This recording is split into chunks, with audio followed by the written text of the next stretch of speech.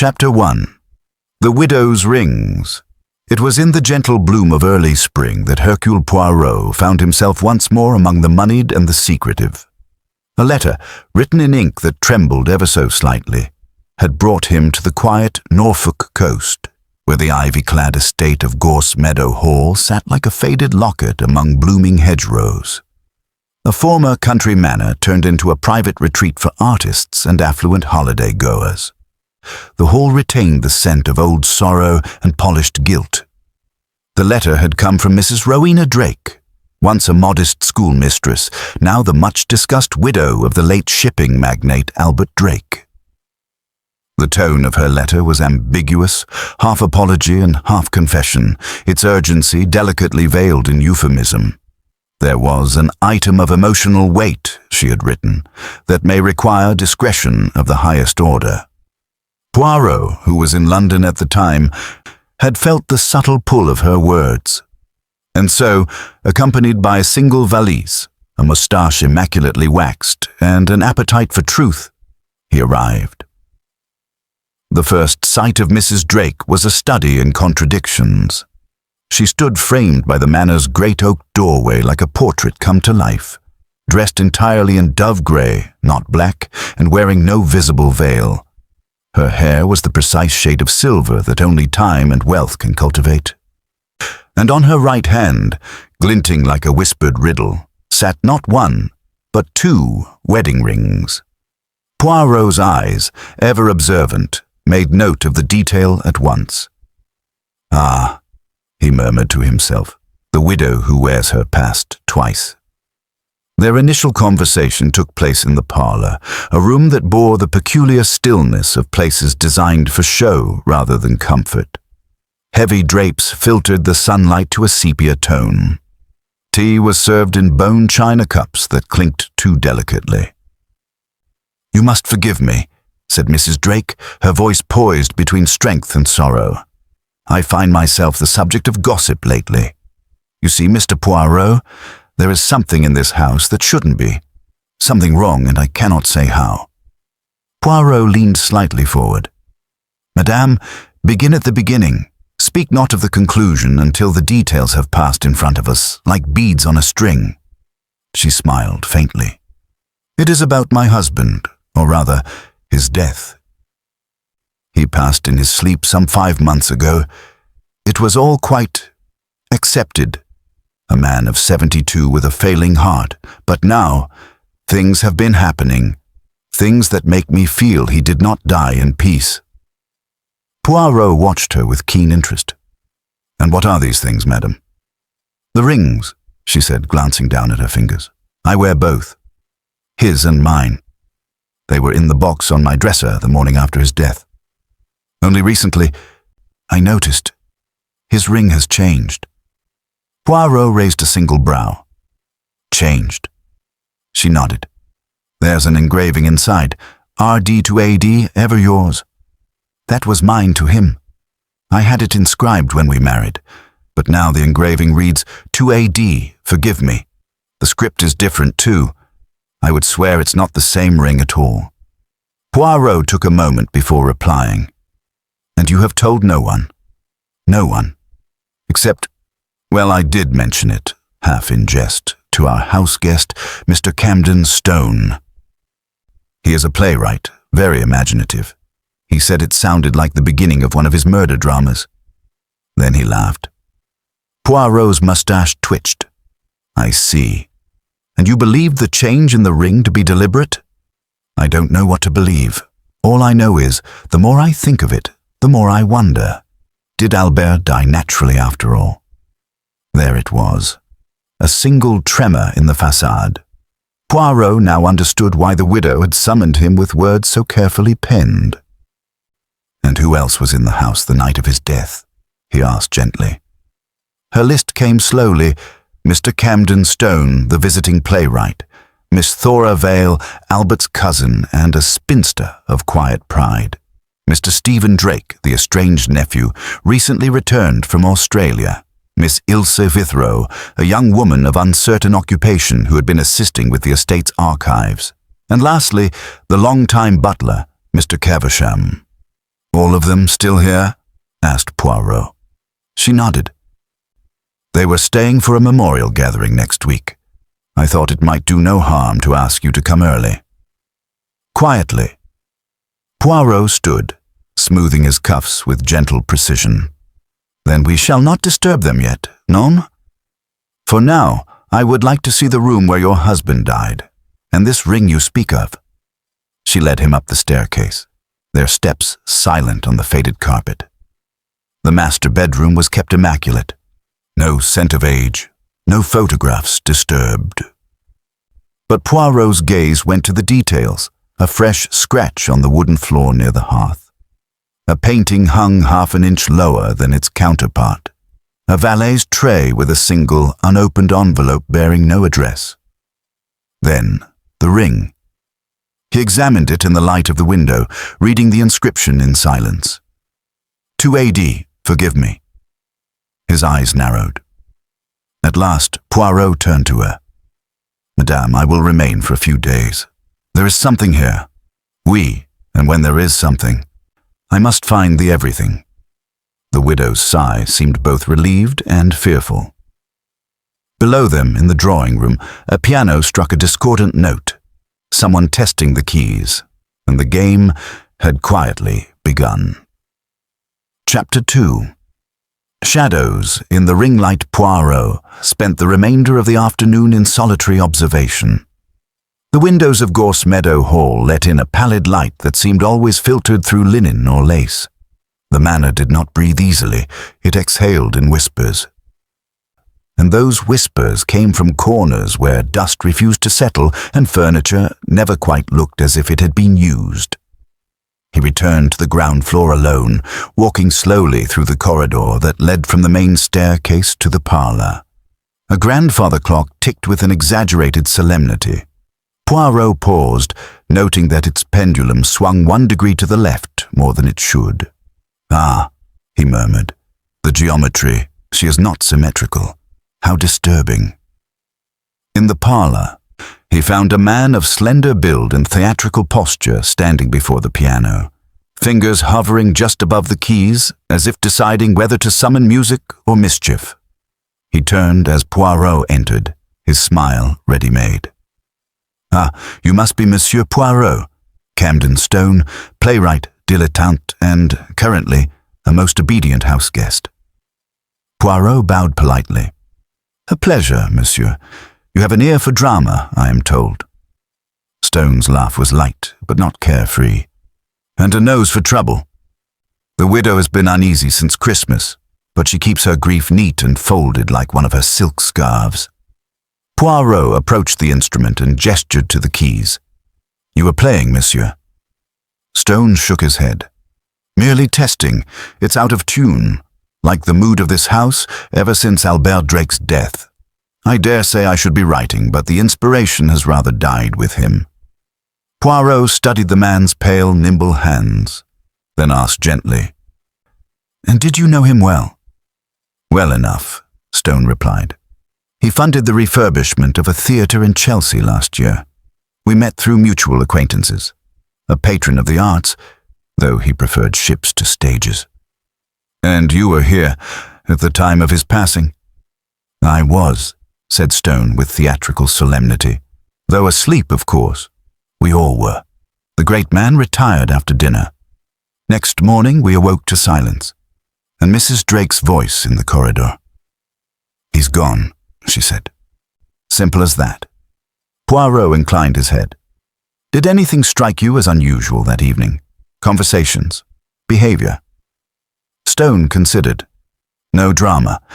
Albert was unusually quiet, perhaps. And I remember, yes, Thora Vale was arguing with Stephen about something. Money, I suspect. But they made no effort to hide it. They never do." Poirot smiled faintly. "Families, monsieur. They possess their own theatre." He took his leave with the soft elegance of someone who rarely wasted motion. In the hallway, he found himself face to face with a woman of rigid posture and trimmed severity. She wore a high-collared blouse and a brooch shaped like a hawk's talon. Her gaze was not curious, it was appraising. "You must be Monsieur Poirot," she said. "I am Thora Vale, Albert's cousin. I trust you will not upset Rowena with false hopes." "I upset no one, madame," said Poirot. "Only the truth when it is hiding." She sniffed. "Well, I dare say you'll find no villains here." Albert was old and ill. Death is rarely polite, but it was not suspicious. "Yet, madame," Poirot said with the softness of a whisper, "you argued with Monsieur Stephen Drake the night before his passing." She stiffened. "Did Camden tell you that? He exaggerates everything. Yes, we spoke. Stephen has ideas about inheritance that I find distasteful, but they're only words, and frankly, not very clever ones." Poirot nodded, his eyes catching a faint stain on her cuff. "And you remained here since?" "Only for Rowena's sake. She's fragile, even if she pretends otherwise. She has the household staff keeping to routines, but everyone feels it. The house has changed." "Changed, madam?" "Something. It's like the walls are listening, as if Albert took the air with him when he died." Poirot offered no reply. He only watched her walk away, as if her back might confess something her mouth would not. Later that evening, as dinner was being prepared behind heavy kitchen doors, Poirot stood by the great hearth in the library. Mr. Caversham, the butler, had just finished lighting the lamps. "Monsieur Poirot," he said, bowing slightly, "if I may say, the household is most grateful for your presence." "You knew Mr. Drake well?" "I served him 22 years. He was a firm man, but not cruel. A man of secrets, I suspect. But which man of position is not? And the ring, did you ever handle it after his passing?" The butler's face registered the faintest flicker of surprise. "His wedding band?" "No, sir. Mrs. Drake handled those matters herself. She kept the dressing table key on her person." "Merci," Poirot murmured. "That is helpful." Outside, the dusk was melting into a moonless dark. Somewhere in the distant hallway, footsteps halted and reversed course, as if someone had approached a door and decided against knocking. Poirot stood motionless for a long moment, watching the fire's reflection in the glass-fronted cabinets. The house had begun to speak, quietly, through gestures and glances, and Hercule Poirot was already listening. Chapter 3. The Nephew from Nowhere. Breakfast at Gorse Meadow Hall was served in a sunroom where nothing quite matched. Not the cutlery, not the chairs, not even the guests.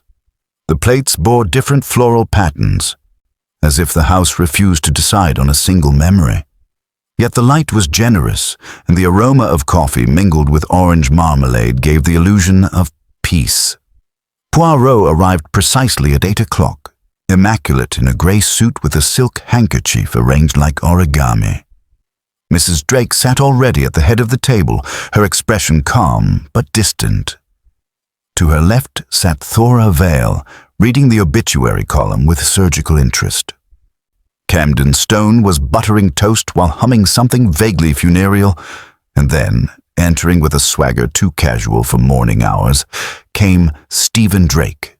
He was the kind of man who seemed at ease in discomfort, a sun-worn tan marking his face and neck despite the overcast English sky outside.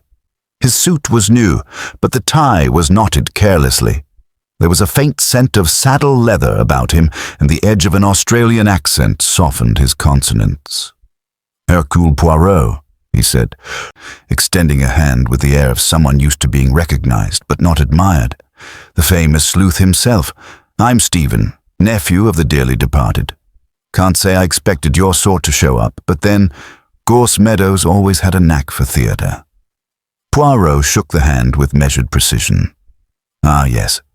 Murder and mourning, they do draw the curious and the clever alike." Stephen laughed. "Surely you're not saying murder's in play. My uncle croaked in his sleep, as I recall. Or has Rowena decided ghosts are sending telegrams?" At that, Mrs. Drake glanced up sharply but said nothing. Poirot, sipping his coffee, merely observed. "I understand you returned to England quite recently," Poirot said. Stephen nodded. "Back in January, Uncle Albert invited me, oddly enough. Said there was unfinished business. We hadn't spoken in nearly 10 years. I left young and proud, came back older and broke. Typical story." "And did he speak to you of his intentions?" "Financially?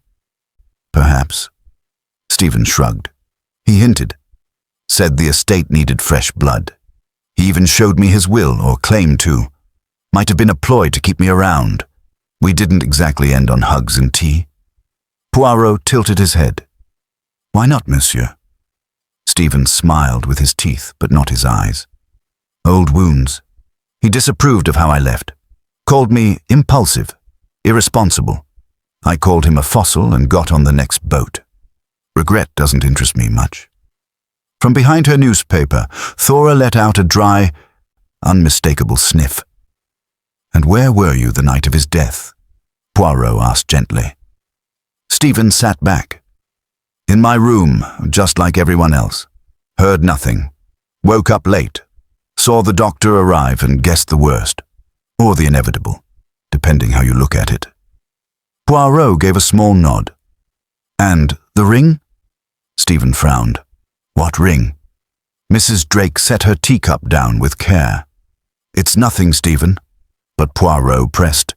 "The wedding ring that belonged to your uncle. It was engraved. Now, the engraving is different." Stephen turned his gaze on Poirot fully. "Someone tampered with it." "It would seem so." "Then maybe someone tampered with more than just jewelry," Stephen muttered. He pushed his plate aside and stood. "If there's anything else you need, you'll find me in the stables. The horses don't lie." As he left, the table fell silent for a moment. Thora folded her paper with unnecessary care. Stephen's return was never welcome. He brings dust with him, no matter how much polish he tries. Poirot gave her a slight smile. "And yet, madame, sometimes the dust reveals more than the shine." Later that morning, Poirot wandered the grounds. The spring air was tinged with dampness, and daffodils had begun their careful climb from the thawed earth. He came upon the stables just as Stephen was emerging, brushing hay from his sleeves. "You again," said Stephen, not unkindly. Poirot gestured toward the bridle hanging nearby. "I find stables to be places of clarity. The horses, they do not deceive." Stephen leaned against the doorframe. "You think someone here is capable of murder?" Poirot's voice was soft. "Capable. Perhaps. Motivated. That, monsieur, is what we are learning." Stephen crossed his arms. "If you ask me, the old man was sitting on a treasure trove of enemies. Everyone wanted something from him: inheritance, forgiveness, attention. You press hard enough, even kindness turns into resentment." Poirot looked away, toward the house. "Yes," he said, "and sometimes the thing a person wants most is to be forgotten." With that, he turned and walked slowly back toward the hall. Inside, a door shut softly behind him. Upstairs, in the late Albert Drake's study, a locked drawer had been forced open, just slightly enough for Poirot to notice. But he said nothing. Not yet. Chapter 4. Poirot ascends the stairs. The study of the late Albert Drake was a room built for finality. Every object inside felt deliberately placed, as if meant to outlive its owner. Oak bookshelves burdened by leather-bound volumes no one had touched in years, a globe stained with pipe smoke, and a desk of dark walnut, its surface lacquered to a mirror's sheen. Poirot entered alone. He had excused himself from the common rooms under the pretext of fatigue, but fatigue was never his companion. Curiosity, however, yes, that was an old friend. The drawer caught his eye again. Bottom left, brass-handled and ever so slightly ajar. Poirot bent, careful not to disturb more than necessary, and ran a gloved finger along its edge. A faint gouge, fresh, careless, sharp, marked the wood near the lock. Forced recently. Not by a professional. He opened it slowly. Inside lay only a single sheet of paper, neatly folded. It bore no date, no salutation, only a short message, written in a dark blue ink. I know what you did. There is a price. R. Poirot stared at it for a long moment. R. Not Rowena, surely. Nor Camden. Perhaps a pseudonym, a threat disguised with intimacy, but the paper was old, faintly yellowed. The handwriting, though deliberate, bore the slight irregularities of age or trembling nerves. He folded it again and placed it back where he found it. One must not yet reveal which cards are known to the dealer. A tap came at the door. Poirot turned to find a young woman standing with cautious poise. She wore a grey cardigan over a white blouse, the collar starched to a perfect line. Her dark hair was pinned into a neat chignon, but the strands near her temples had begun to fray. She looked like someone constantly trying not to be noticed and constantly failing. "I'm sorry," she said softly. "I didn't know you were in here." "Not at all, mademoiselle. I was about to leave. You are?" "Ilse Withrow.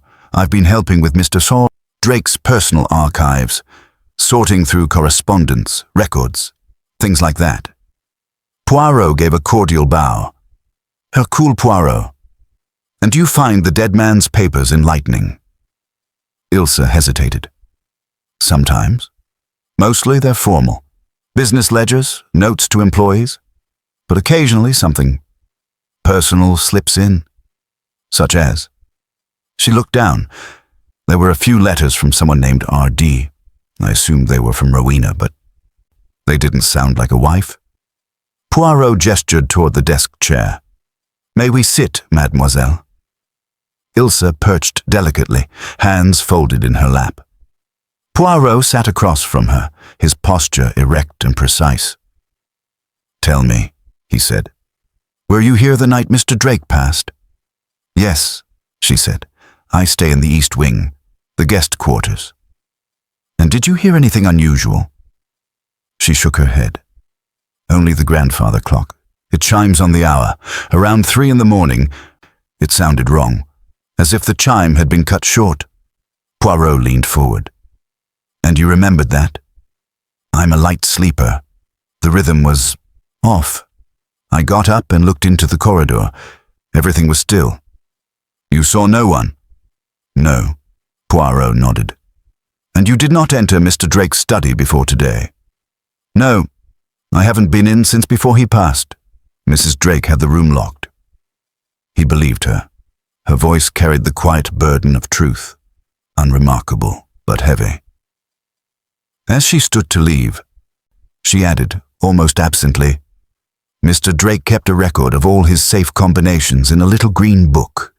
It hasn't turned up yet. Mrs. Drake assumed it was lost." "A green book," Poirot repeated. "And when did you last see it?" "A week before he died. He asked me to fetch it from the cabinet, but he didn't let me open it." Poirot filed the details silently, then offered a parting smile. "Merci, Mademoiselle Withrow.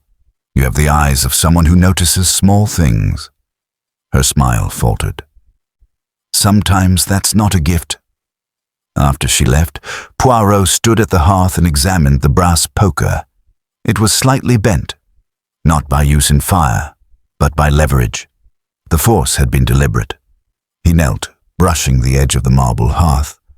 A faint scuff marked where it had met something heavy, perhaps a safe, perhaps a box moved in haste. Poirot stood again, straightened his cuffs, and let the room settle back into its silence. He stepped into the hallway and paused. From down the corridor, soft as a breath, came the sound of someone crying. Not theatrically, not for show. A raw, human sound, sharp, hidden, and abruptly cut short. Poirot followed the echo to a door slightly ajar, but by the time he reached it, the room beyond was empty. Only a pressed handkerchief remained on the floor, embroidered with a single initial. Chapter 5. Threads begin to unravel.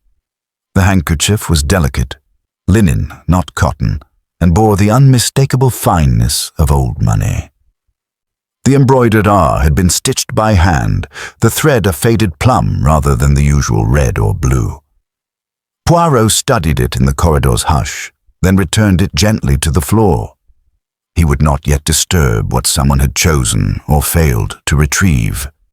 Instead, he took a mental note of the door behind which the weeping had occurred. Guest room 2. Across the hallway from the study, quiet enough for secrets, close enough to hear whispers. At luncheon, Poirot returned to the table as if nothing had happened. Mrs. Drake was absent, claiming a headache. Camden Stone arrived late, notebook in hand and ink on his cuff. Thora Vale sat with the air of someone waiting to be asked for an opinion and already irritated by the delay. Stephen, conspicuously, did not appear. Ilse Withrow was there, pale, calm, avoiding Poirot's eyes.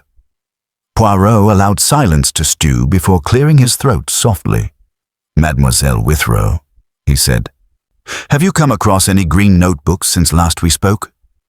She shook her head. "I've only been in the library today. Filing correspondence. I haven't opened any drawers without instruction." "Did you know," Thora interrupted sharply, "that my cousin kept ledgers in triplicate? He wrote everything down twice and then dictated it to the butler. Albert trusted nothing and no one. A suspicious mind is a sign of guilt in the soul, I always said." Poirot smiled politely. "And yet it is also the mark of the meticulous." "Ha," she said. "He was meticulous when it suited him, especially when it came to wills." That brought a stillness to the room. Poirot's gaze didn't flinch. There were changes. Oh, several. Some formal, some scribbled on the backs of menu cards. One week I was heir to the silver. The next it was all meant to go to some historical society in Ipswich. Albert liked to play puppeteer. Do you know who the current heir is? Ask Rowena, Thora said, though I doubt she knows herself. Ilse Withrow looked up. There's a sealed envelope in the desk safe. I think it might be the final will. I saw him place it there. Camden Stone tapped his notebook idly. All very Gothic, isn't it? A will hidden in a desk, rings that change inscriptions, midnight weeping in corridors. If I'd written this, you'd all accuse me of cliché. Poirot rose. Monsieur Stone, he said gently, if this were a fiction, I would find it far less dangerous. But alas, it is not. He excused himself again and ascended the staircase. He moved not toward the study this time, but toward the east wing, the guest quarters. The hall here was narrower, the carpeting thinner. A scent of rosewater lingered, clinging to the wood like a memory. He stopped before guest room 2 and knocked. No answer. He turned the handle gently, unlocked. Inside, the room was orderly, perhaps too much so. The bed made, the window cracked open, a pair of gloves drying on the sill. On the desk, a small stack of books, British maritime law, a history of English probate, and a modest black notebook with no title. Poirot did not touch them. Instead, he examined the side table. A glass of water sat untouched beside a lavender pill bottle. The label was removed. He crouched, looking under the bed. Nothing. Then he spotted the wastebasket. Empty. Too empty. Lifting it, he found no ash, no tissues, not even a torn envelope.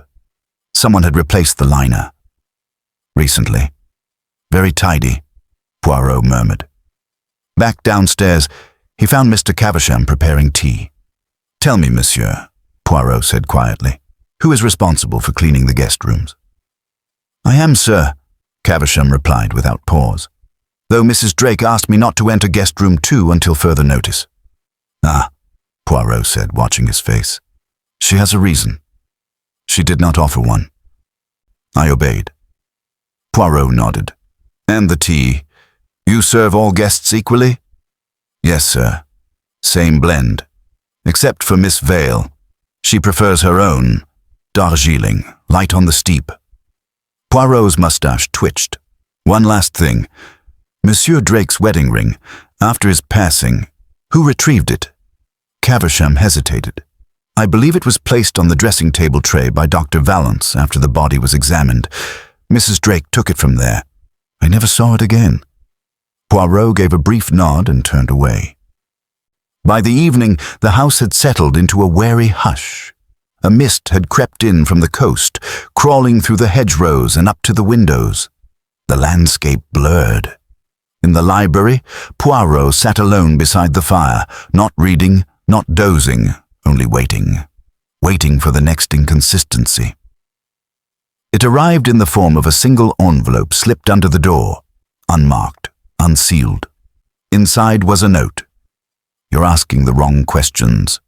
Someone else wore the ring first. Chapter 6. The ring that didn't fit. The note was brief, but it echoed far louder than its 7 words deserved. Poirot turned it over in the firelight, as if the back might reveal something the front did not. The handwriting was slanted, hurried, but not unfamiliar.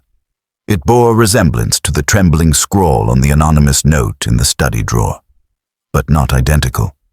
Someone had taken care this time not to reveal too much. Someone else wore the ring first. He read it again, aloud, softly. Voila. Not who gave it. Not who took it. Who wore it. He did not burn the note, nor hide it. He left it face up on the side table by the fire, a deliberate provocation. 10 minutes later, the butler entered with a tray, tea and shortbread, as if nothing strange had ever happened in Gorse Meadow Hall.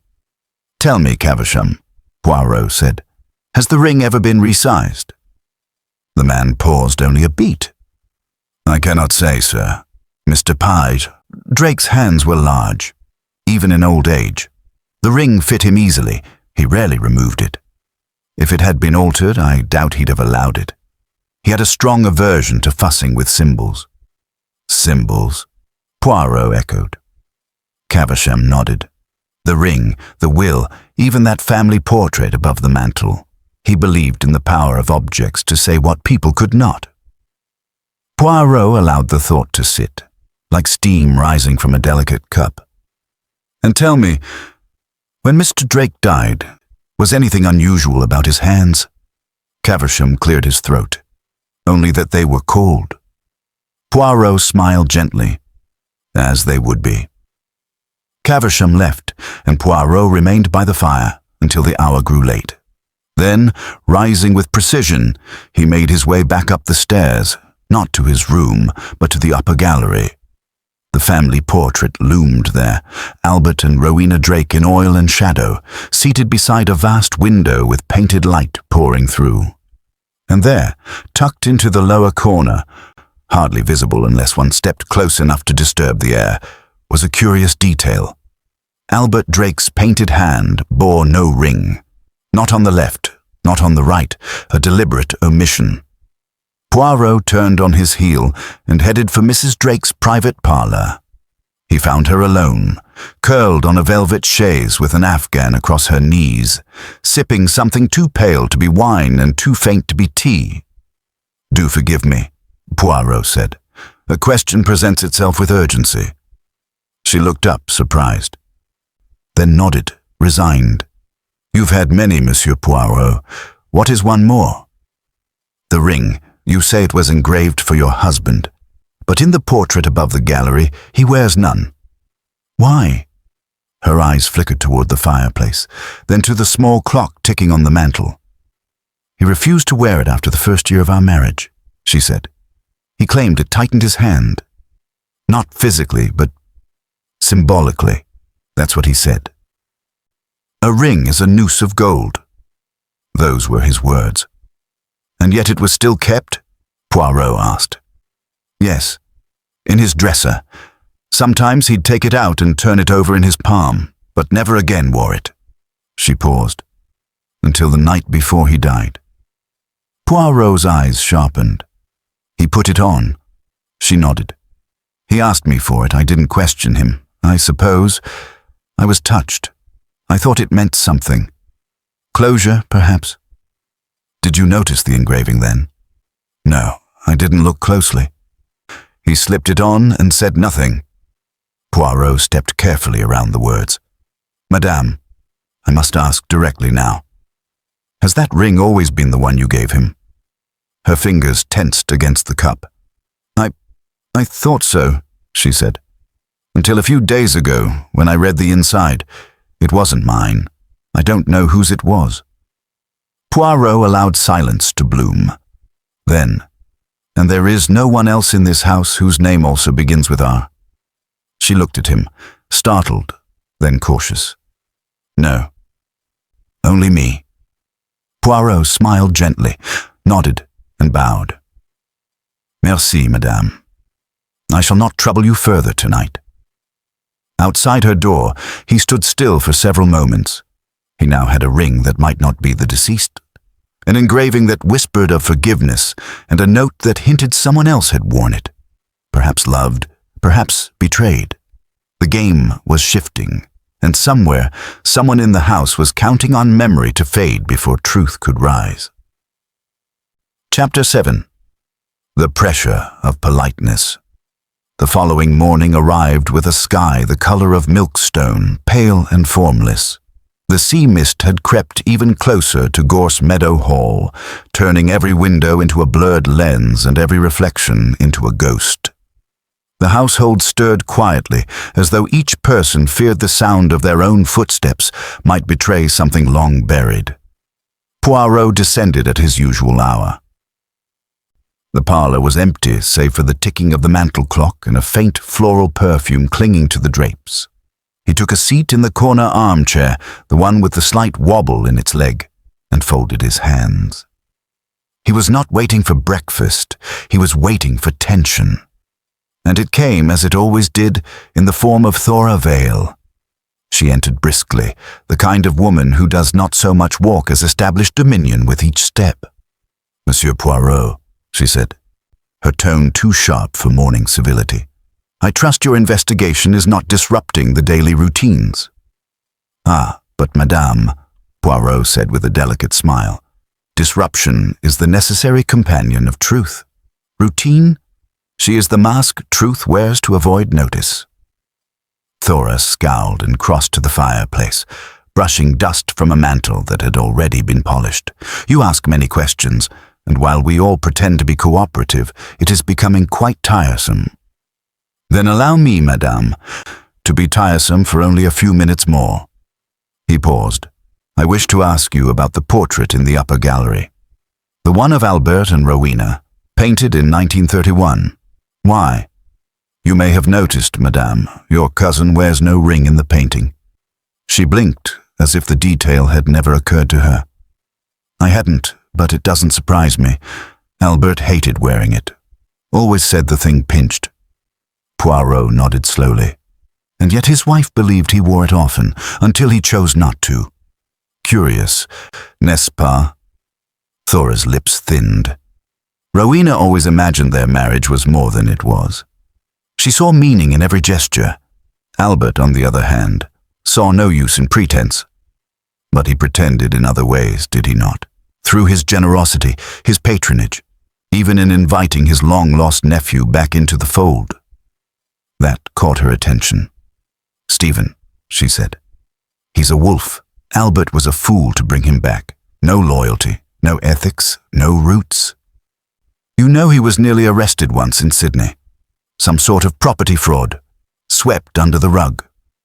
Poirot raised an eyebrow. And yet he is here, living under the same roof. He's here because Albert liked to believe in redemption, and perhaps because he knew the will would shock us all. Poirot leaned forward. You've not seen the final version. No one has, she said, but Albert changed it the week before he died. I overheard him arguing with Rowena about it. She was furious. Do you recall the subject of the argument? Not entirely, only that it involved a woman who didn't belong. Albert's words, not mine. Rowena said it was disgraceful, and that the ring should have been destroyed. I don't know what that meant. I assumed it was some embarrassing relic from his past. Poirot's mind sharpened around the phrase, "The ring should have been destroyed." After Thora left, Poirot stepped out into the main hall and waited until the house seemed to exhale again. He did not walk toward the study, or the parlor, or even the library. He went to the drawing room, where the light was weakest and the shadows longest. There, seated beneath a collection of antique naval prints, sat Camden Stone, alone for once, and not writing. Poirot approached. "Monsieur Stone, may I trouble you with one more question?" Stone looked up with an expression not of irritation, but of weary amusement. "Of course. Let me guess. Have I stolen the ring? Swapped the will? Poisoned the tea?" Poirot smiled. "Nothing so vulgar. I wish only to know, when you heard of Mr. Drake's death that morning, what was your first thought?" Stone tilted his head, surprised by the question. Honestly, relief. Not that he was dead, just that the house might finally breathe again. There was tension in the air that week. Old wounds, unspoken slights. I felt like I was living inside a play no one wanted to perform. "Did you notice anything out of place that morning?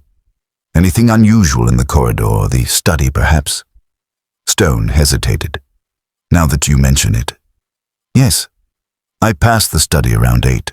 The door was cracked open. I could have sworn I saw Rowena sitting inside. But when I doubled back, it was closed, and she was in the kitchen. Thought I'd imagined it." Poirot frowned gently. "That would have been before the doctor arrived. Far before. Everyone else was still dressing. It didn't strike me as odd until later." Poirot stood, deep in thought. "Thank you, monsieur. You are more observant than you pretend." Stone gave a wry smile. "Years of writing characters, monsieur. One learns to notice what people hope goes unseen." Poirot left him and ascended the stairs once more. In his room, he opened his case and removed a small folded paper. His own notes, drafted during the first day. He underlined a name. R.D. Rowena Drake. Yes, but also Reginald Drake, Albert's younger brother. Deceased, and according to public records, a man once engaged to Rowena before Albert married her instead. A substitution not just of rings, but of roles, and possibly, just possibly, of guilt. Chapter 8. The name in the dust. That afternoon, the sea mist thickened to a chalky veil, and the view from Gorse Meadows' eastern windows vanished entirely. The house seemed to float on silence. The more Poirot observed, the more he saw the small gestures that betrayed unsettled minds. Curt glances, fingers tapping teacups too long, the way even Caversham paused before entering rooms as if checking for invisible company. It was in this hush that Poirot returned to the study once more. He had asked, quite firmly, for the room to remain undisturbed, and though Mrs. Drake had acquiesced, there was something too deliberate in how everything stayed as it was. People were careful around the study, but not out of respect. They were afraid of what it might still contain. He crossed to the desk, pulling open the lower drawer again. The anonymous note remained as he had left it. "I know what you did. There is a price." Ah. But now he looked past the drawer to the very floorboards beneath. He dropped to one knee and ran his fingertips gently along the seam between the rug and the wood. The rug had been repositioned slightly, its edge tucked under a cabinet that hadn't moved in years. Poirot slid it back with care, revealing not a stain, but a faint swirl, like the edge of a shoe, turned hastily in a tight space. At the very center of the scuffing was a small name written in the dust, invisible unless one looked closely and from the right angle. 3 simple letters. Rajiju. Poirot exhaled softly. R.D. Reginald Drake, the forgotten brother, the broken engagement, the man who vanished from every portrait, every shelf, every memory. Except the dust. Poirot rose and exited the study without closing the door behind him. Down the corridor, he passed Camden Stone, who nodded politely but said nothing. The playwright was watching now, less with amusement and more with calculation. Poirot climbed to the second floor, then continued up the narrow servant's stair to the attic. It was the kind of staircase people forgot existed, hidden behind a narrow door and lined with creaking wood. At the top, he opened the hatch with difficulty and stepped into a world that had not breathed in decades. The attic was filled with boxes, some labeled, some not. Moth-eaten coats hung from nails like forgotten specters. The air was thick with the past. He searched slowly, reverently. A trunk labeled Drake R sat beneath a cracked window. Inside, letters, dried flowers pressed between accounting sheets. A photograph of two young men and a woman standing beneath a birch tree, Albert, Reginald, and Rowena. But the photograph had been scored with a blade. Only Albert and Rowena remained visible. The third figure's face had been scraped away.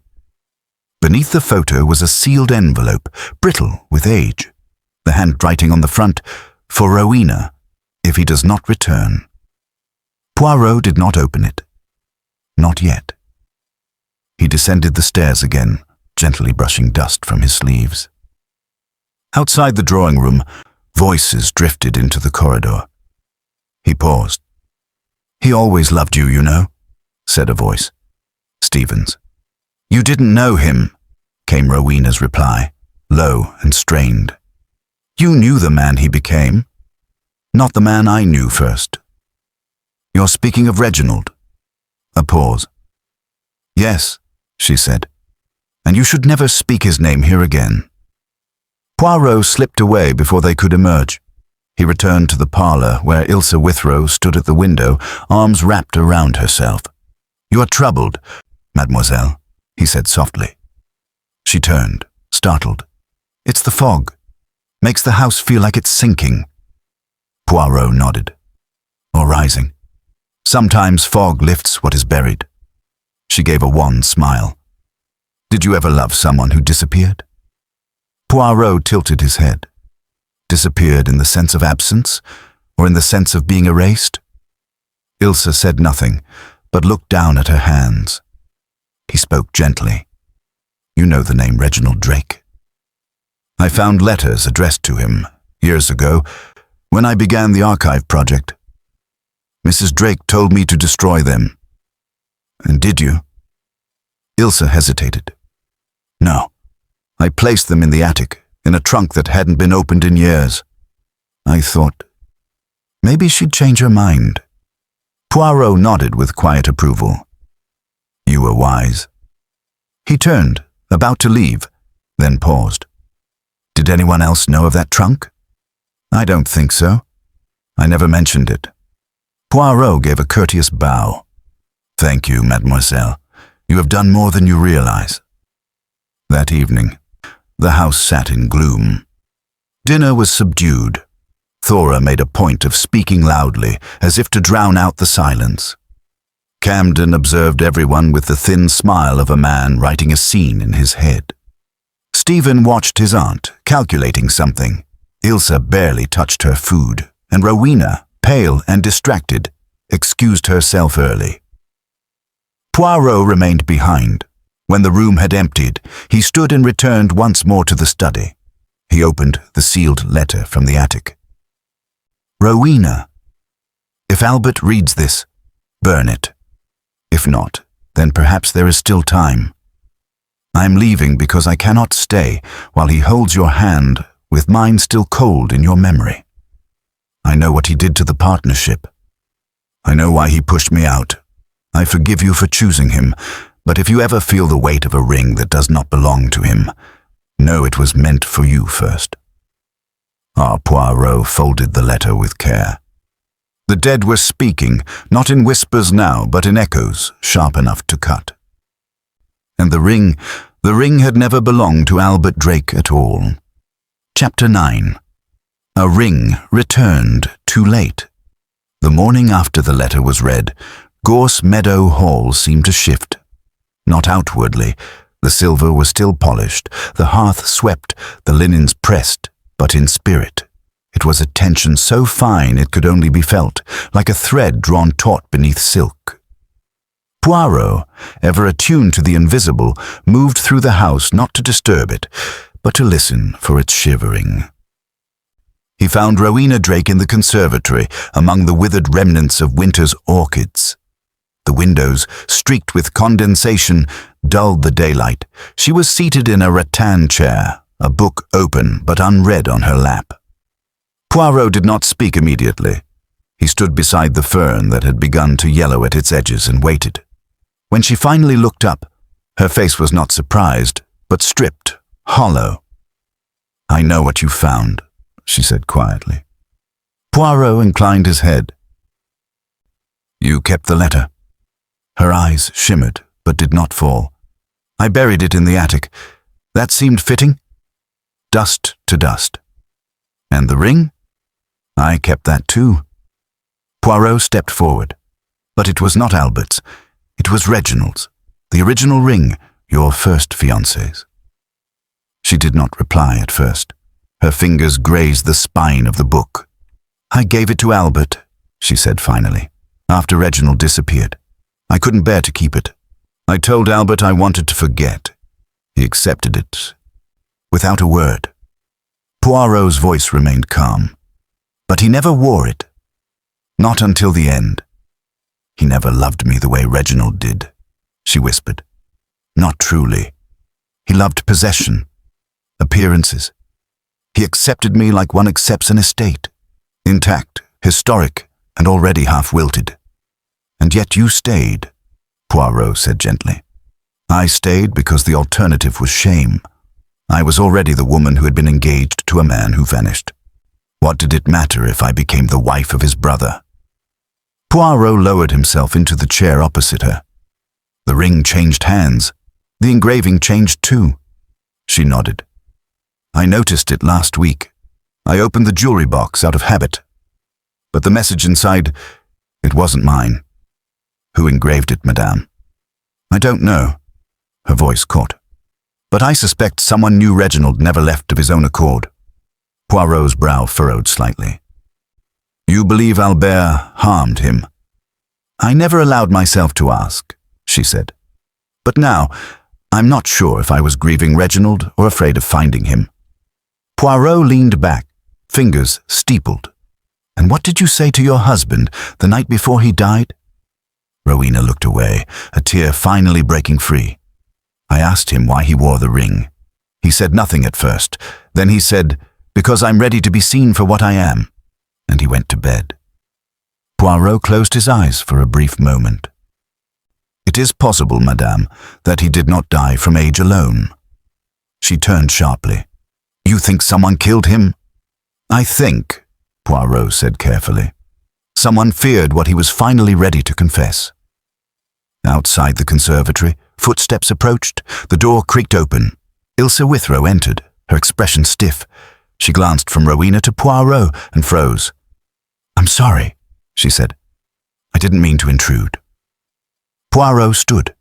"Mademoiselle, perhaps you will accompany me for a short walk." Ilse hesitated, then nodded. They stepped into the hall and Poirot led her through the side corridor to the east veranda. The fog had begun to lift, revealing outlines of hedges and the trellised walk beyond. "You returned the ring," Poirot said, without turning to her. "Did you think I would not recognize the handwriting in your note?"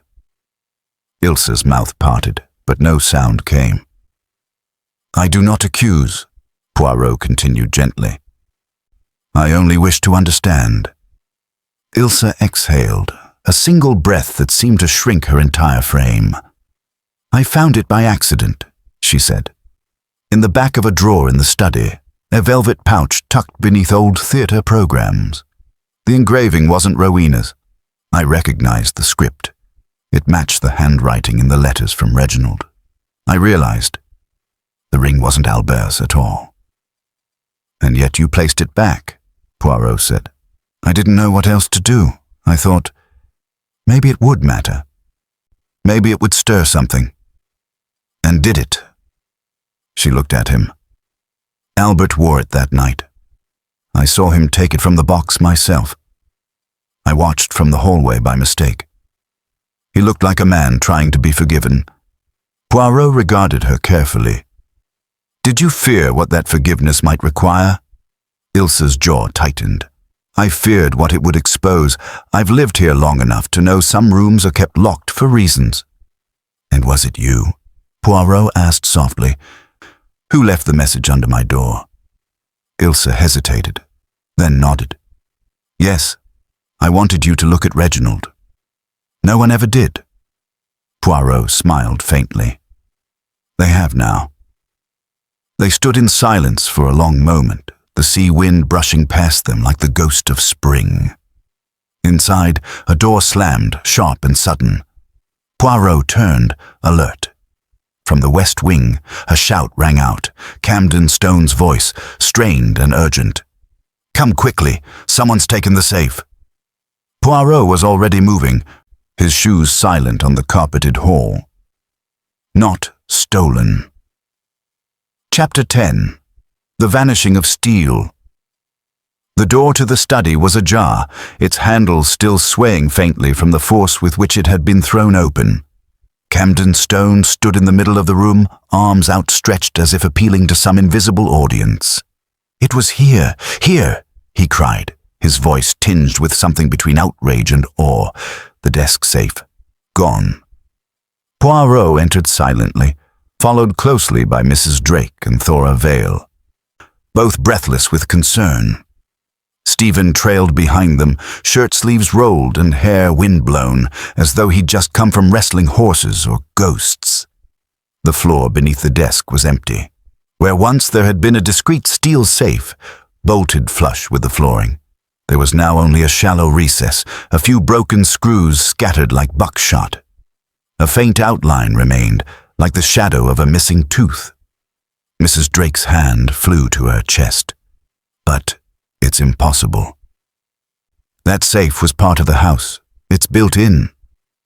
Poirot moved slowly to the space, knelt down, and studied the edges of the recess. His fingers brushed something coarse. A crowbar, he said softly. And rope. Perhaps even a lifting board. This was not done in haste. It was prepared. Thora snorted. So the thief packed tools, did they? What is this? A country house heist novel? Poirot ignored her. His gaze turned instead to the floorboards surrounding the hollow. They were smeared with faint streaks of black. Grease, perhaps. But beneath them, caught in the seam between two planks, was a thin sliver of fabric. Poirot plucked it free. Navy wool, coarse, from a jacket, perhaps. Stephen leaned against the mantel, arms folded. There are only 6 of us in this house who could have done it. You'll want alibis, I assume? Poirot stood. Only truths, monsieur. And the truth rarely depends on the hour. Camden's fingers twitched near his notebook.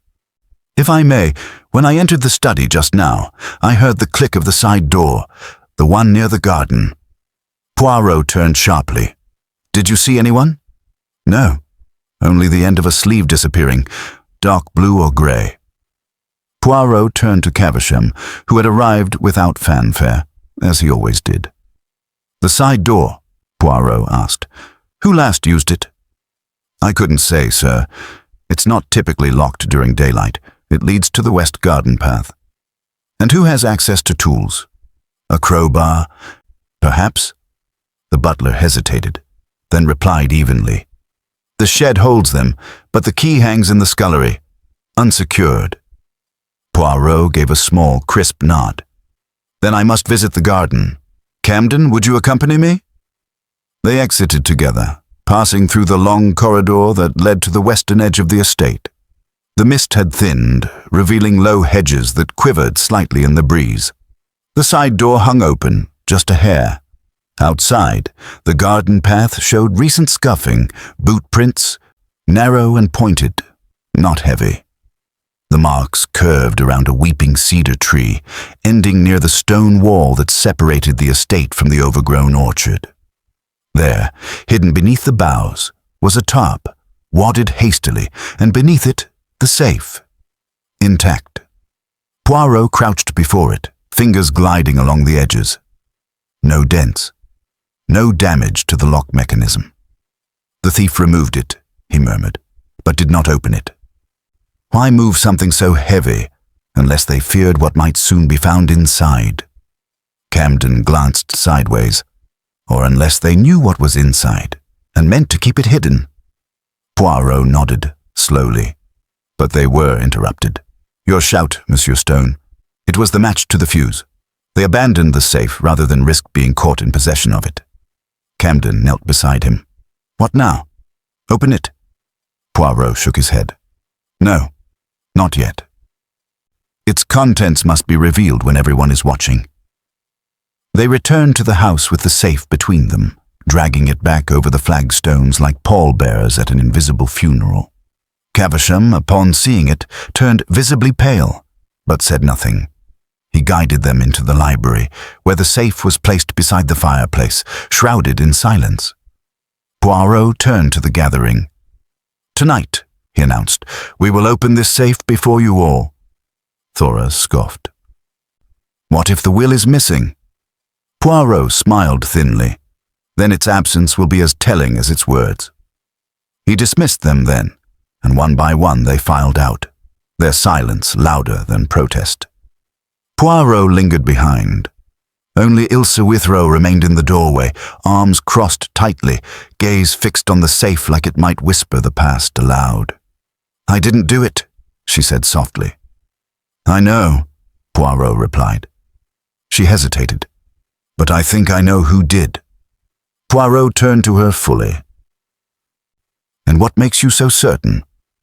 She didn't answer. Instead, she reached into her cardigan pocket and withdrew a torn corner of paper, its edge ragged, its surface smudged. I found this in the waste bin behind the shed, she said. It's the corner of a will. The date matches one from the ledger. Poirot took it, his fingers careful. The text was faded but legible. To be transferred in full to SD, upon confirmation of death by natural cause. Poirot blinked once, slowly. Stephen Drake.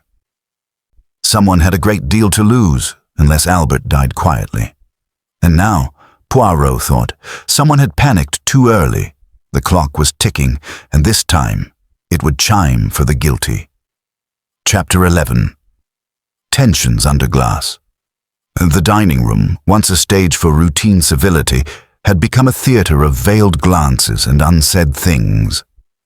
That evening, as the grandfather clock struck 7 with its echoing chimes, the household gathered under chandeliers that gave too much light for comfort.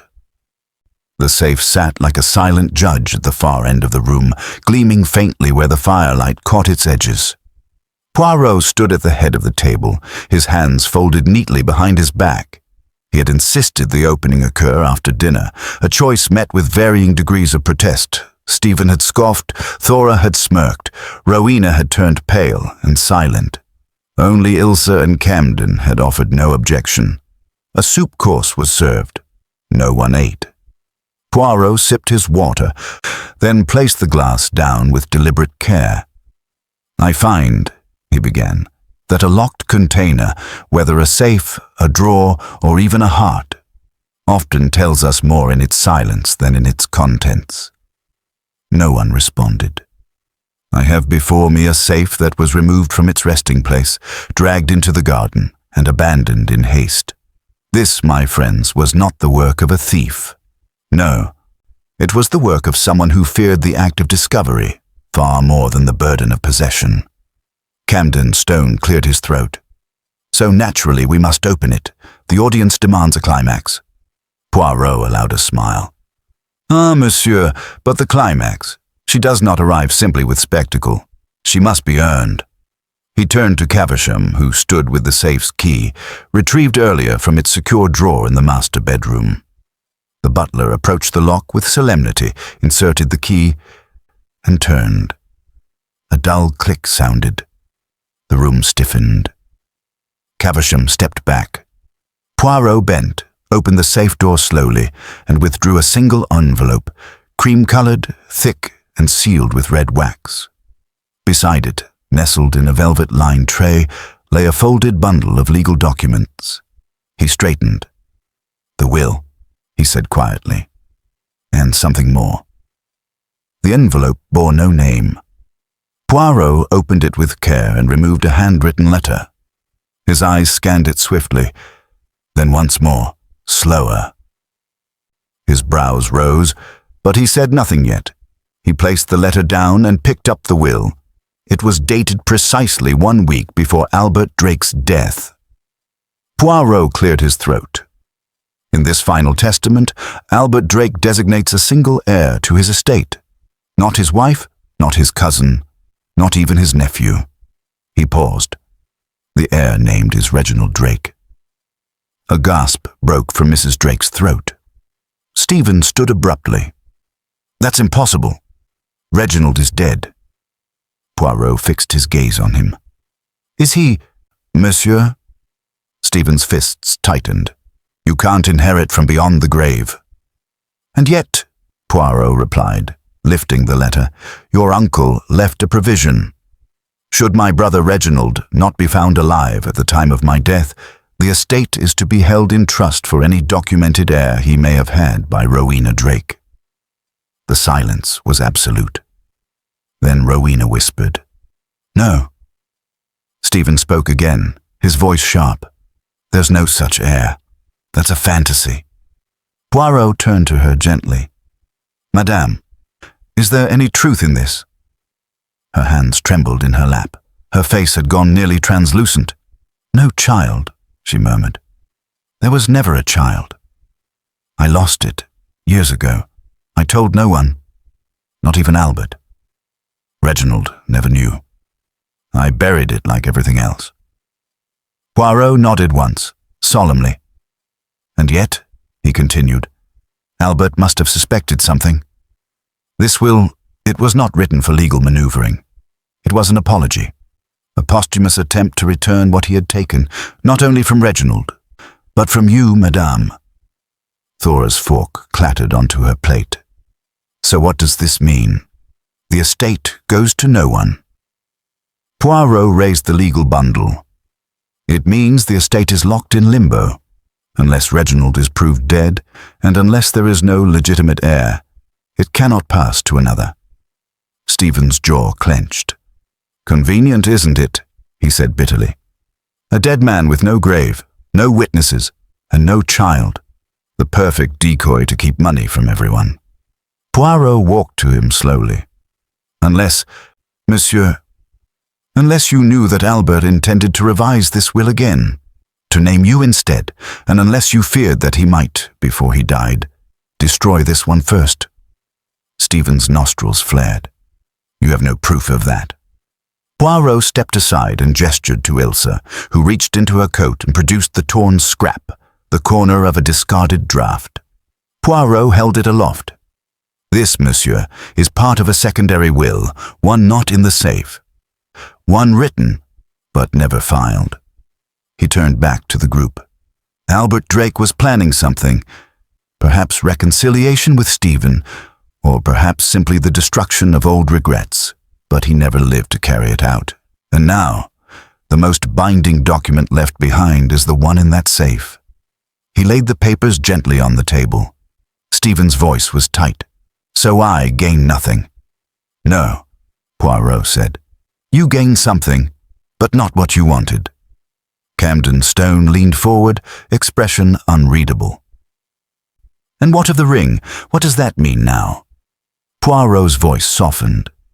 "It means Albert died wearing a symbol of guilt, not love, and it means that somewhere, buried beneath this house, is not only a missing heir, but a crime." He looked toward the darkened windows.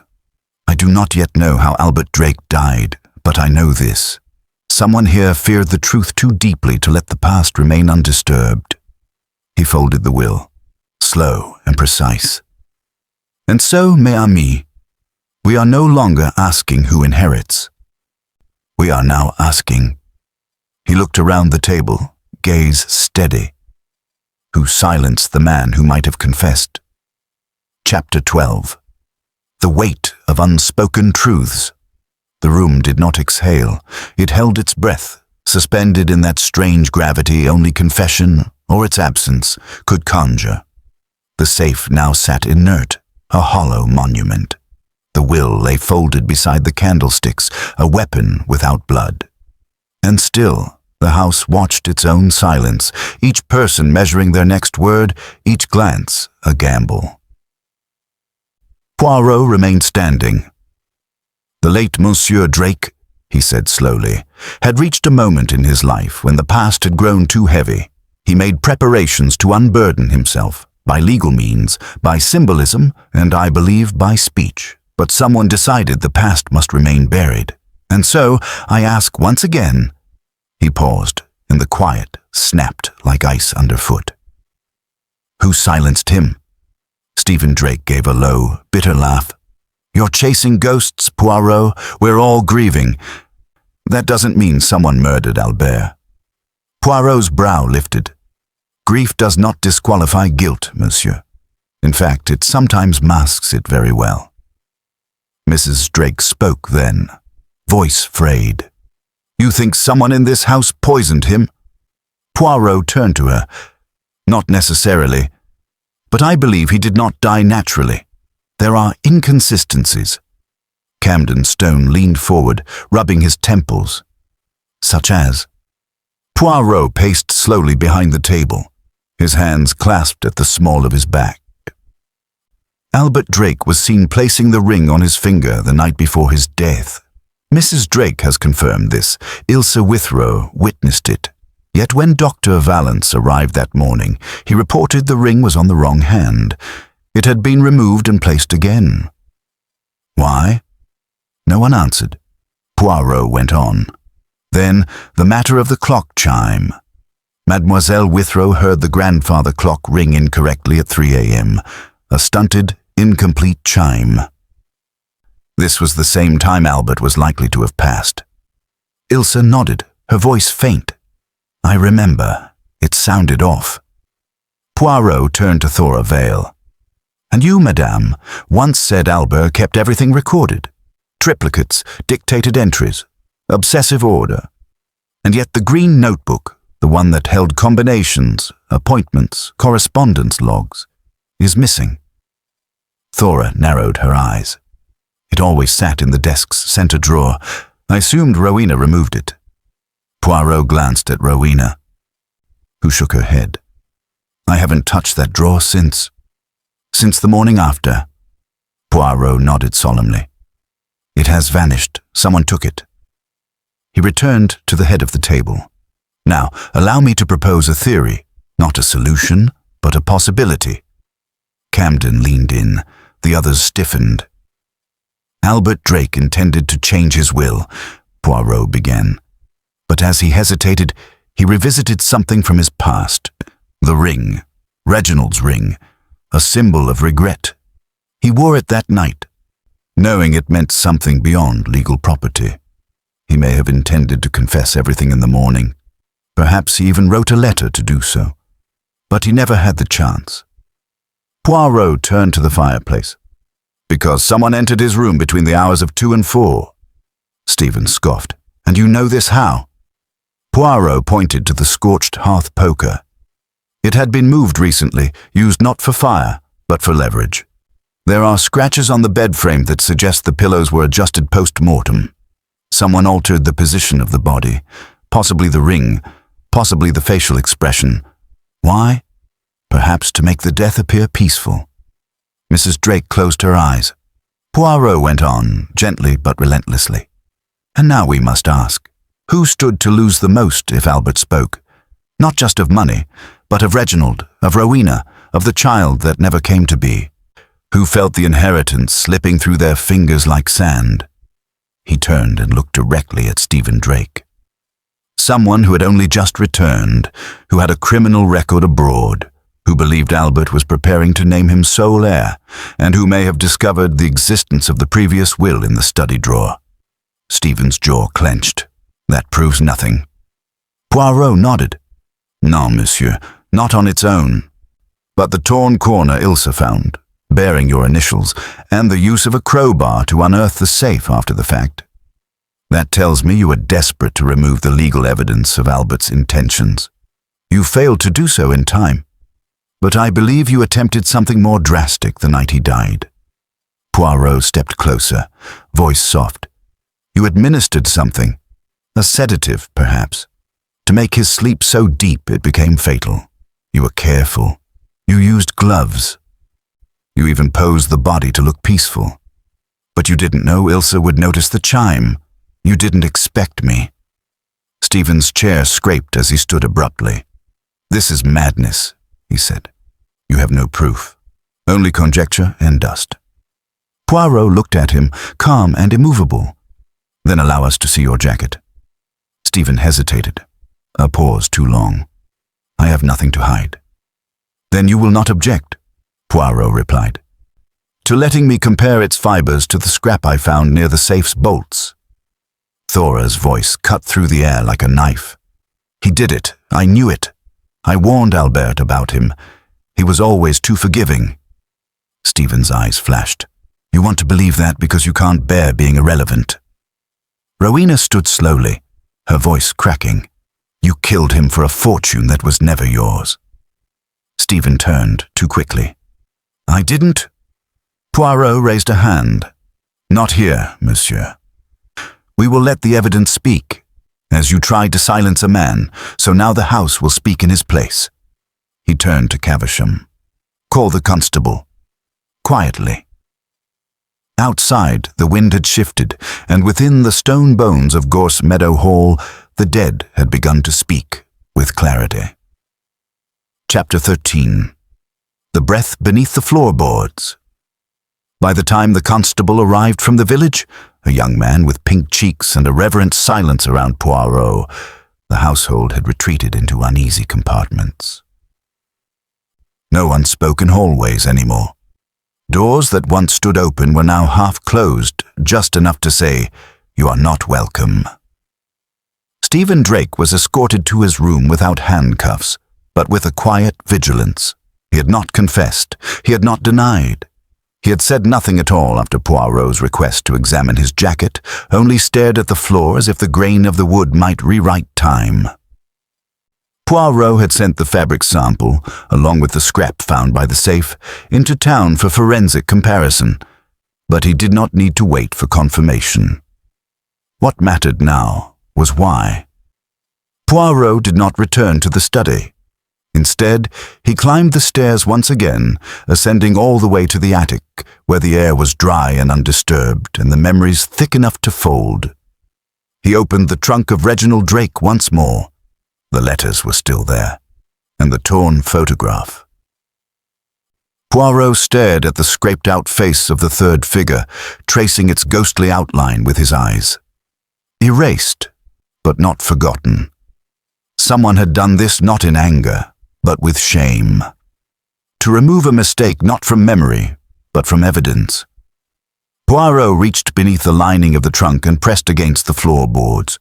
One shifted beneath his fingers. Beneath it, wrapped in oilskin, lay a small tin box. Inside, neatly bound with twine, was a set of pages, a journal, no more than 20 entries. He sat on the attic floor, legs crossed neatly, and read. July 6th. I saw them today, Rowena and Albert, laughing in the garden like I had never been there at all. I wonder if they have already burned the letters I wrote from the coast. I cannot be angry. Only hollow.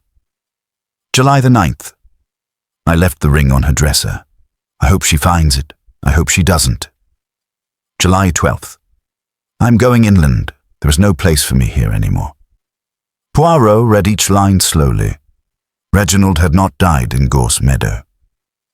He had left, wounded, betrayed, but very much alive, at least for a time.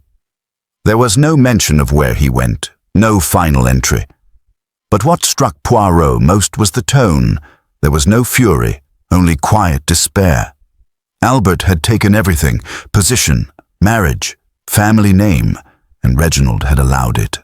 Left without contest, it made Albert's final act, rewriting the will, wearing the ring, not a confession of guilt alone, but of grief. Poirot returned to the main floor and found Mrs. Peirce, Drake in the conservatory again, seated beneath the window that looked onto a garden now turned silver with dew. "I remember," she said softly. Before he could speak, the night Reginald left. It was raining. He didn't say goodbye, just left the ring. Poirot sat beside her. "He left you the choice." She nodded. "I didn't wear it. Not then. But I kept it." Poirot folded his hands, and Albert knew, or came to know. "Yes," she said. "We never spoke of it. But I think he saw the way I looked at the dresser sometimes. I never could lie well. He knew my loyalty, but he also knew he never had all of me." Poirot hesitated. "Did Stephen know?" "I don't think so," she said. But perhaps he guessed. Albert began speaking of regret more often in his last weeks. I imagine Stephen overheard something. He's always been good at listening through walls. Poirot thought for a moment. Then he feared Albert might disinherit him before he could act. She nodded. He saw what he wanted: money, land, control, and felt it slipping away. Albert was going to change everything. I think he didn't mean to kill him, just to steal him, long enough to steal the rest. Poirot was silent. The afternoon passed in a long hush, the kind that follows decisions made too late. By evening, the constable returned with a report from the forensic laboratory. The fiber from Stephen's jacket matched the one found at the site of the safe's removal. It was enough. Stephen was arrested at twilight. He went quietly, without fuss or denial. When asked if he had anything to say, he looked at Poirot with a kind of hollow irritation and said only, "You weren't supposed to see it so clearly." Poirot replied, "You should not have tried to rewrite what was already written in sorrow." With Stephen gone, the house seemed to sag, not in relief, but in acceptance. Gorse Meadow Hall, stripped of its final illusion, breathed again, but this time as something older, emptier, and oddly at peace. Poirot stood once more in the gallery, beneath the portrait of Albert and Rowena. He gazed at the blank finger of the man who had worn a ring not meant for him. "In the end," he murmured, "it was not the inheritance that mattered. It was the memory. And memory, he knew, could not be locked away." Chapter 14. The Portrait That Waited. The days following Stephen's quiet removal passed not with triumph, but with stillness. Gorse Meadow Hall, no longer simmering with hidden intentions, seemed to have retreated into itself. Its halls quieter, its clocks ticking in harmony once more. The staff walked a little slower, speaking less. No one played the piano. No one stood by the portrait. Poirot, however, was not yet done. He wandered the grounds with purpose, not to unearth new secrets, but to make sense of those already found. He believed, as he always had, that motives did not float freely in the air. They sank into objects, into rooms, into relationships. He visited the shed again, walking alone beneath the thinning fog.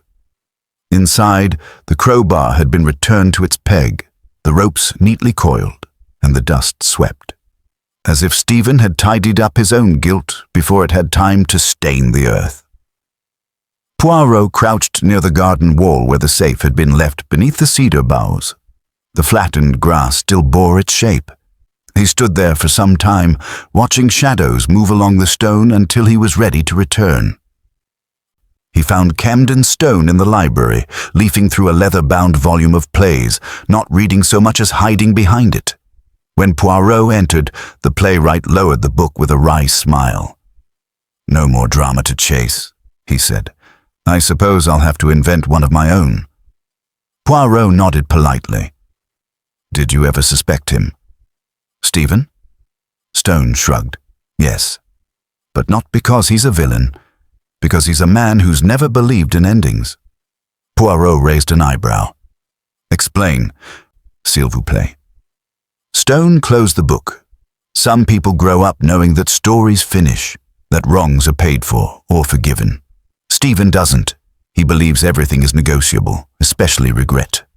He couldn't understand that Albert's final act wasn't a transaction, it was atonement. Poirot considered that. You are perceptive, monsieur. Perhaps more than you allow yourself to admit. Stone gave a faint theatrical bow. Theatre is about silence more than speech. I simply watched the pauses. Poirot smiled. Then you have learned well. That afternoon, Poirot returned to the portrait gallery one final time. The light was soft. Thin sun through high windows, catching on the varnished frame of the painting that had loomed so long in silence. Albert and Rowena, forever fixed in the golden hour of their middle age, sat facing the viewer with dignity. But now, Poirot noticed, their expressions had changed. Not literally, of course. But in understanding them, truly, something had shifted in the image. Albert's posture now seemed stiffer, the tilt of Rowena's smile more remote. They had not posed together as equals. They had posed as two people performing the roles they'd been handed. Poirot stepped closer. There, along the bottom edge, he saw a detail almost imperceptible. The faint outline of a third figure, erased with turpentine or overpainted. A hand had once rested on Rowena's shoulder. It had been painted over long ago. Reginald had stood with them once, and now only the ghost of his presence remained. Poirot felt something settle in his chest. The final puzzle piece was not in a letter, a lock, or a will, but in paint. Someone had literally removed Reginald from the family image. Not by accident, not by tragedy, by choice. He stepped back, his reflection caught faintly in the glass. 3 figures. One erased, one silent, one watching. Rowena found him there some minutes later, her steps soft. I didn't know, she said, looking up at the painting. I never realized it had been changed. Poirot didn't look away. It was not the artist who erased him. Rowena inhaled slowly. Albert. Poirot nodded. It is the clearest admission he ever made, and perhaps the cruelest. She folded her arms. He wanted Reginald gone so badly, he rewrote history, not just legally, visually. Poirot turned to her. But history, madame, cannot be repainted so cleanly. Not when it has been lived by others. She gave a bitter smile. And now it lives in police reports. No, Poirot said gently. Now it lives in truth. She stared at the portrait a moment longer, then whispered, I dreamt once, years ago, that Reginald came back, knocked on the door, same coat, same crooked tie. But it wasn't him, it was Albert wearing his clothes, and he said, You've already made your choice. Poirot looked at her with quiet gravity. And now you have made another. You protected no one. You allowed the truth to rise. She nodded, slowly. They stood in silence as the light dimmed a little further, and the portrait darkened as if finally accepting its third absence. That evening, Poirot began packing his small case. He folded his shirts with precision, tucked his brushes and creams into their compartments, and placed his gloves neatly beside his shoes. He moved with the care of a man concluding a ritual, not of departure, but of restoration. Outside, the wind lifted. Down the hall, the grandfather clock struck the hour, and this time, the chime rang complete. Chapter 15. The Final Gathering. It was Poirot's last morning at Gorse Meadow Hall. The mist had cleared overnight, lifting like a veil after confession. The trees stood still, the hedges trimmed into perfect obedience, and the gravel paths sparkled faintly with dew. There was, in the air, a peculiar sense of equilibrium, as though something had finally settled beneath the soil. But Poirot had one final act before departure. He requested, with characteristic politeness and quiet firmness, that all remaining members of the household gather in the drawing-room at precisely 10 o'clock. There was no refusal. Not now. They assembled slowly. Rowena entered first, dressed in slate grey, no longer the dramatic mourning of early grief, but the softened attire of a woman who had accepted loss as a shadow she no longer needed to outrun. Thora Vale arrived next, with a stiff spine and eyes sharp with suspicion, as if even now she imagined Poirot might unearth one more family disgrace.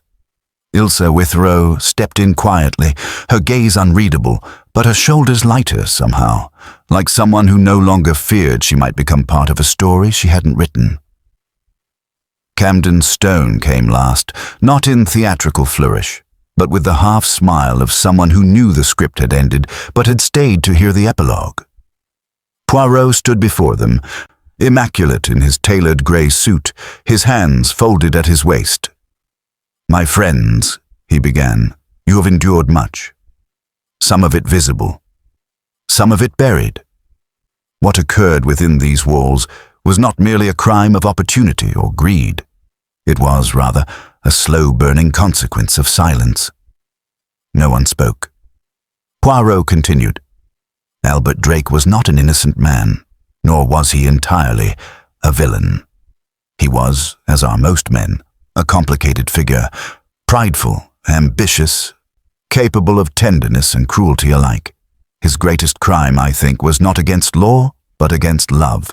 He took something from his brother, Reginald, that could not be repaid. Not land, not inheritance, but history. Rowena's eyes flickered. Poirot looked directly at her. "And you, madame, bore the weight of that history. You endured a marriage that offered you station, but cost you freedom. You remained in silence, preserving dignity at the expense of truth." She looked down. Poirot's voice softened. "And yet, when the truth emerged, when the ring resurfaced, when the will was found, you did not hide it. You did not run. That is something." Thora cleared her throat. "So this is to be a sermon now?" Poirot turned to her. "No, madame, only a reckoning." He stepped toward the hearth. "Stephen Drake is now in custody. The evidence, the fibre from his jacket, the discarded draft of the altered will, the attempt to remove and conceal the safe, has spoken against him. But I do not believe he intended to commit murder in the traditional sense." Thora's brow arched. "What does that mean?" Poirot turned slowly. "I believe he administered a substance meant to render Albert unconscious.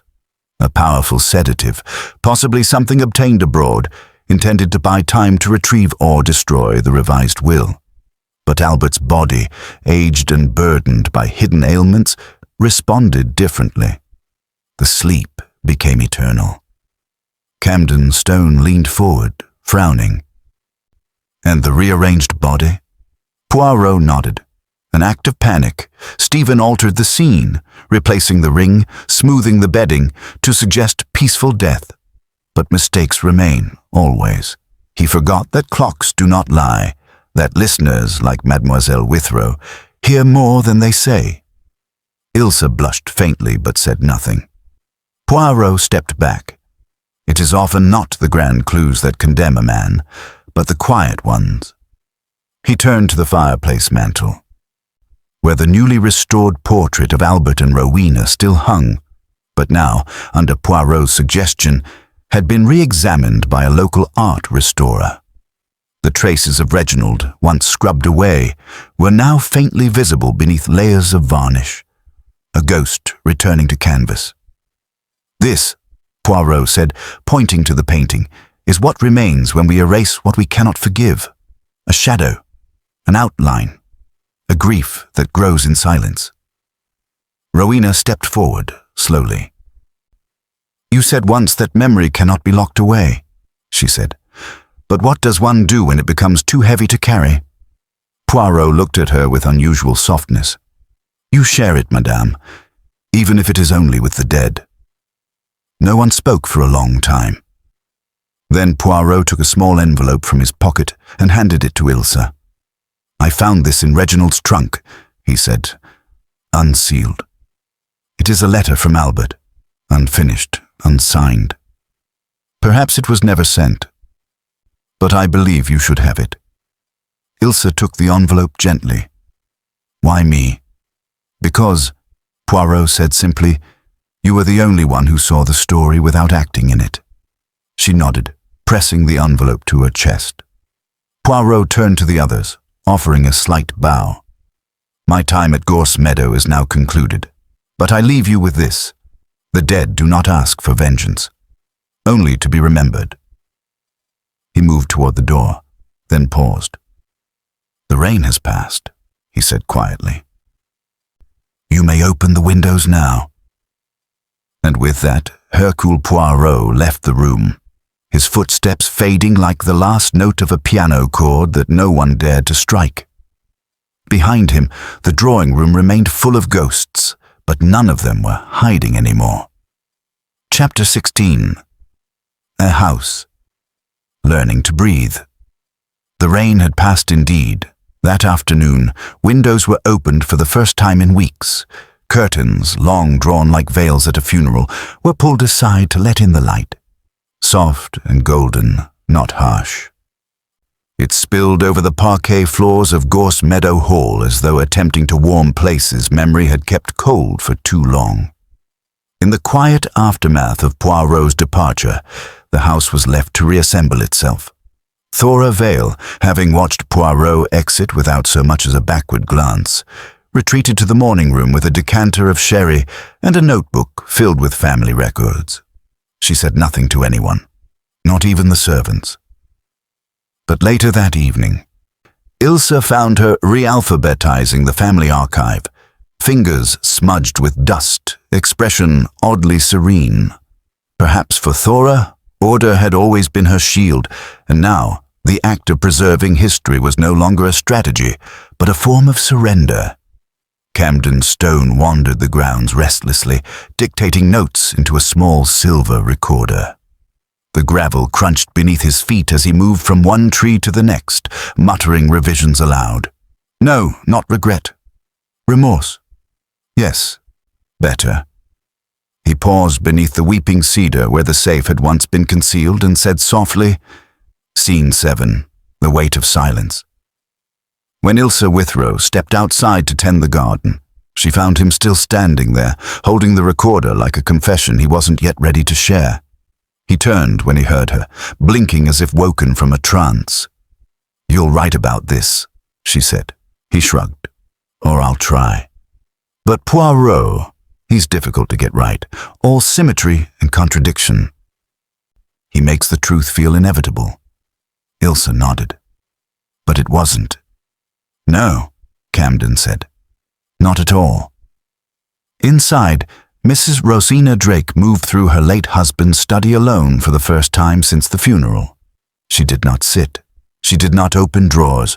She simply touched things. The back of his chair, the rim of his inkwell, the windowsill where the light caught his shoulder on spring mornings.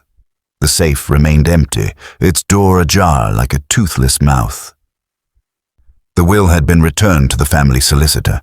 The green notebook had never resurfaced. Perhaps it had never existed outside of rumor. But there was one final act she needed to perform. She climbed the stairs to the gallery, where the family portrait hung in solemn pride. The conservator had done careful work, not restoring Reginald's face. There was no sketch, no record, but lifting the overpaint just enough to reveal the suggestion of his figure. His hand, faint as breath, could now be seen resting near Rowena's shoulder, a gesture of love not entirely lost. Rowena stood before the painting, holding a small velvet box. She opened it. Inside was the ring, not Albert's, Reginald's. The engraving was still clear. To A.D., forgive me. A message never meant for her, or perhaps meant only for her to witness, to carry. She placed the box beneath the portrait, gently, on the small shelf where the family kept the visitor's guest book. No inscription, no explanation. Just a resting place. Later, Ilse found her there, motionless. "I thought you might be here," Ilse said quietly. Rowena didn't turn. He took everything from Reginald, and in the end, he tried to give it back. Ilse approached slowly. "You think that's why he wore the ring?" Rowena's voice trembled. It was the closest he could come to saying sorry. Albert was never good with words, but he understood symbols. He knew this would be the last thing anyone saw on him. Ilse looked at the faint hand in the portrait, not fully there, not fully gone. "We should restore the painting properly," she said. "Commission someone who can bring Reginald back." Rowena smiled for the first time in days. "No, let it stay as it is. Faint, incomplete, like how we remember people we've lost. Not as they were, but as we hope they might have been." They stood side by side for a long time. The sound of birds returning through the open windows. Downstairs, Poirot's room remained untouched, its bed neatly made, the air faintly perfumed with citrus and starch. Caversham entered quietly to collect the linens and paused at the small desk. Resting there was a folded sheet of notepaper, cream, unadorned, unmistakably deliberate. He opened it and read, "To Monsieur Caversham, thank you for your attention to symmetry, silence, and discretion. In another life, you might have been a detective yourself. H.P." The butler smiled faintly, folded the letter, and placed it in his breast pocket. He did not speak of it to anyone. That evening, the sky over Gorse Meadow Hall turned a pale lavender, the sort of sky one only notices after a long rain has passed. The wind no longer sounded like weeping in the chimney, and the shadows did not pool quite so deeply in corners. Ilse Withrow locked the front doors for the night. Rowena Drake placed a single candle in the window of the upper gallery, not for mourning, but for remembrance, and the portrait above the staircase, flawed, fractured, honest, watched over them all. A hand returned, a ring unburied, and a silence finally lifted. Chapter 17. Justice and the Quiet Return.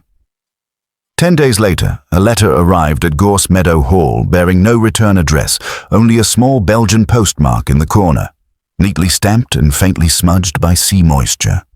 It was addressed, in careful handwriting, to Mademoiselle Ilse Withrow. The paper was thick, the ink brown-black and evenly measured. Ilse opened it in the library, alone. "Mademoiselle, as I take my coffee this morning beneath a lilac sky in Brussels, my thoughts return, inevitably, to Gorse Meadow. Not to the crime, not even to the confession, but to the quiet courage it took to preserve the truth when no one asked you to. You, I think, held the story steady when others tried to rearrange its ending. You will forgive, I hope, my final observation. Truth does not heal on its own. It must be chosen, again and again. That is where your role begins. Not in watching the past, but in tending its roots so it does not twist the future. There is no need to write back, but I hope you will remember me kindly, as I do you. Hercule Poirot." Ilse folded the letter, her hands trembling just slightly. Then she rose and slid it into the leather folio where the last of Reginald's papers had been carefully stored. That folder had not been returned to the attic, but kept in her own quarters now, like a lodestar guiding her quiet archival work. No one had told her to continue cataloguing the Drake family documents, but she did, every morning, methodically, just as Albert would have liked, and Reginald might have hoped. Some legacies, she had learned, are built not of money or marble, but in the way memory is ordered, truth kept upright on a shelf. Downstairs, Rowena was writing too. She had taken to the small writing desk in the sunroom, once a forgotten corner beneath lace curtains, now a sanctuary of peace. The rose bushes outside had begun to bloom earlier than expected, and the light that filtered through danced on the paper as she moved her pen. Her words were not for lawyers or legacy. They were a letter to Reginald, too late to send, but not too late to mean. "You are not forgotten. I only pretended to forget because it was what survival demanded. I wore the wrong name, lived in the wrong house, but I never stopped carrying yours." She paused. Albert did what he thought he must, and then, at the end, he did what he should have done from the start. He remembered you, not out of guilt, I think, but out of love finally understood. You were his better self, the one he could never match. She looked out at the garden, where the stone bench still bore the initials carved years ago, a +R, worn nearly invisible now by time and ivy. I'm learning to let the house be quiet again. Not silent, but honest. It breathes now. It forgives. And so do I. She did not sign it. She folded the letter and placed it beneath the small box where the ring now rested permanently. No longer hidden, no longer worn. Thora Vale, true to her nature, resisted this season of soft endings. She remained for a time, stern and structured, walking the grounds with a cane she did not need and correcting the flower arrangements with mechanical certainty. But even she changed, if only in posture. Once, when Ilse gently offered her a cup of tea instead of sherry, she accepted it without a word. And once, when asked if she would like to visit the portrait again, she said only, "No need. I know where he is now." Camden Stone returned to London, manuscript in hand. It was not a play, but a novella. Its working title, The Ring of Silence. It did not name names, nor set its mystery in Norfolk, but its protagonist was a small, grey-suited man with a moustache so perfect it appeared to be held in place by the symmetry of the universe itself. And in the final scene, that man sat alone by a fire, gazing at a ring that had passed through too many hands and said to no one in particular, "It is not the ring that holds power, mon ami. It is the memory that chooses to stay with it." News came quietly that Stephen Drake had confessed, not in the way Poirot had anticipated, but through a series of detailed, regretful letters addressed to the constabulary. In them he outlined the plan, the sedative, the misplaced confidence, the desperate attempt to remove the will from the safe once Albert had died. "I did not intend to kill him," he had written, "only to silence him long enough to change what was already being taken from me." It was, by Poirot standards, a confession without ornament, truth without flourish, but justice nonetheless. On the first morning of summer, Ilse stepped into the upper gallery to find that someone, perhaps a servant, perhaps Rowena herself, had placed a fresh lily beneath the portrait. It rested gently on the mantel, white against the wood. Above it, Albert and Rowena stared out as before, and behind them, faint, incomplete, and gently illuminated by the shifting morning sun, the silhouette of Reginald remained. Still hidden, but visible enough to be believed in. Ilse stood before it for a long time, saying nothing. Then she whispered, "We see you now," and turned to walk back down the stairs, the sun rising behind her. Justice had come, but more importantly, so had remembrance. Chapter 18. Poirot reflects on the human heart. From the window of his quiet flat in Brussels, Hercule Poirot gazed out at the narrow street below. The shutters across the road were being closed against the evening breeze, and the baker's son, always in a hurry, darted past, scattering breadcrumbs with every step. Life moved, as it always had, with a kind of stubborn rhythm, unaware of the mysteries that others clung to in silence. Poirot, however, never forgot. On the table beside him rested a small velvet ring box, the same one Rowena had placed beneath the portrait. Inside was a copy of the original, not the ring itself, but a simple brass replica made by a London jeweller, commissioned at Poirot's request before he departed Gorse Meadow. He had not asked permission. He never intended to wear it. He only wanted to keep something that represented what he now considered one of the most profoundly human cases he had ever encountered. A case not about greed alone, or jealousy, or even inheritance, but about memory, rewritten and then restored. He turned to his journal, opening it to the final page reserved for the case notes of Gorse Meadow Hall.